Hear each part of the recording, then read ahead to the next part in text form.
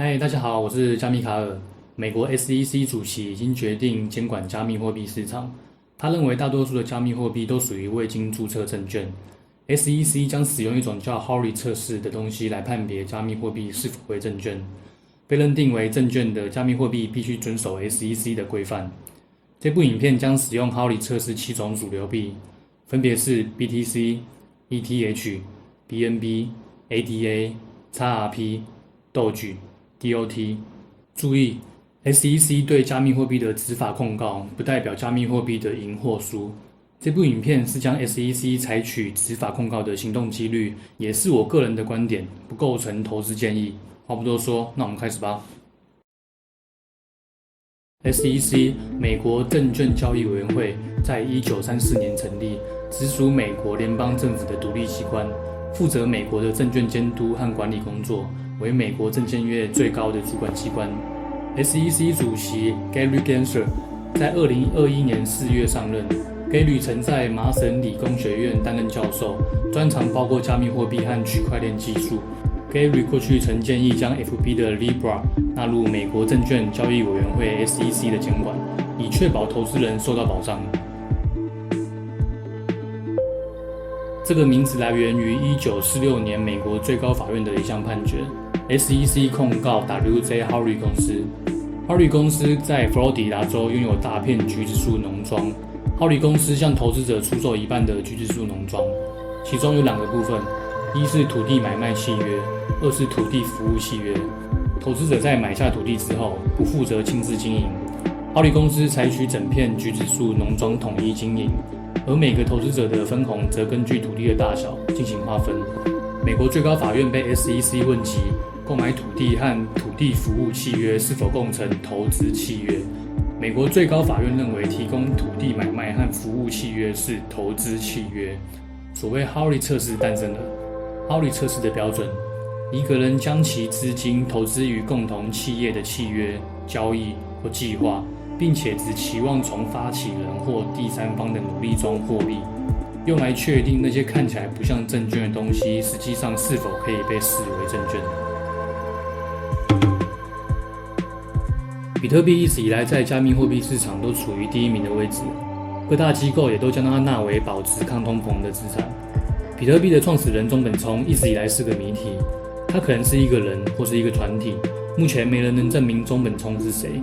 比特币是去中心化的，创始于2009年，已经运行了12年，并且各国都在开采比特币，因此 SEC 无法将其作为一种保护投资人安全行为进行监管。当一个人在一家普通企业投资，并期望从发起人或第三方的努力获利时，它就是一种证券。所以比特币不能成为证券，因为没有发起人，而且比特币是只用挖矿开采，所以从来没有花钱投资过。但是比特币已经被各大鲸鱼所购买，比如灰度，它控制着价值280亿美元的比特币，并衍生出比特币相关产品来销售。因此 SEC 可能会暗示比特币价格被大型投资机构控制并且贩卖，这将是个投资契约，它涉及证券法，因此比特币被 SEC 列为证券的几率是20%。以太坊和比特币不一样的地方在于，以太坊有一个中心化的组织，这个组织会监督以太坊网络，并且做出重大更新。重要的是，它有筹资来资助以太坊基金会的发展。这笔基金被称为预售。预售意味着以太坊存在之前就已经卖出代币，在2014年筹资了1800万美元。因为预售，购买者将依赖以太坊开发商，以获得他们购买的代币价值。有进一步的证据证明了以太坊开发商是如何影响价格。2016年，以太坊基金会因为被骇客攻击，决定进行硬分叉。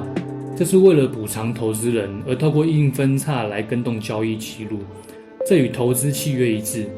但是前 SEC 财务部主管 Hammond 在2018年公开认为以太坊不是证券交易，这将不利于 SEC 控告以太坊。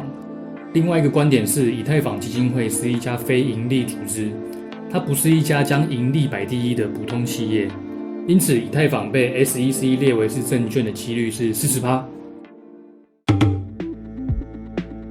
币安是一家全球性的加密货币交易所，每秒可以处理140万个订单，提供多种加密货币交易。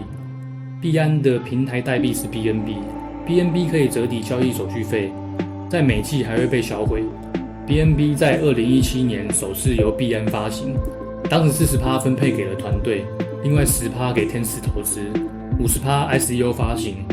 币安团队掌握了总量的40%，显得 BNB 控制得非常集中，并且 BNB 发行前就有设计通缩属性，以力保持 BNB 的稀缺性和价值。币安也经常推广 BNB， 增加其价值。BNB 初始发行将可视为筹资，用筹资来建立或升级交易平台，可视为一个投资契约，并且期望从发起人的努力中来获利，满足了哈利测试条件。或许币安可以解释 BNB 应该被归类为功能型代币，但 SEC 似乎不会轻易放手，因此 BNB 被 SEC 列为是证券的几率是80%。ADA 是 Cardano 的所属代币，最初以 ICO 发行来筹资资金。在 SEC 的一般想法是，几乎所有 ICO 都是证券销售。然而 Cardano 做了一些合法的事，它的初始发行非常聪明。它在日本发行，日本对加密货币保持开放态度，积极地推行加密货币交易所合规化。目前日本合规交易所已经有30多家。Cardano 的 ICO 有大约95%是销售给日本人，然后日本人将 ADA 放在交易所交易，转而流到美国人手中。SEC 将不会跨国对 ADA 产生控告，那将是日本政府可以做的事情。SEC 顶多起诉美国的交易所出售未经注册的 ADA， 因此 ADA 被 SEC 列为是证券的几率是30%。豆曲在2013年被当作笑话创造出来。豆曲没有 ICO， 没有初始买卖筹资，相当的去中心化，还有好笑的狗狗毙迷因。哈利测试对豆曲变得无法起作用。假如 SEC 起诉一个被当作笑话创造出来的豆曲，这只会让这件事变得更像是一个笑话。但是 SEC 将会更倾向起诉马斯克操作市场价格，这可能会让价格产生变化。因此，豆曲被 SEC 列为是证券的几率是10%。XRP 曾在2018年1月1日价格突破了$2，市值排名第2，当时超越了以太坊。但在2020年12月22日 ，SEC 宣布已对瑞波公司提起诉讼，控告他们通过未注册的数字资产证券发行了筹资超过13亿美元，这给加密货币市场投下一颗震撼弹。因此 ，XRP 被 SEC 列为是证券的几率是100%。Polkadot 是一个为跨链交流所建立的网络，将单独的链一个一个连接在一起，号称跨链之王。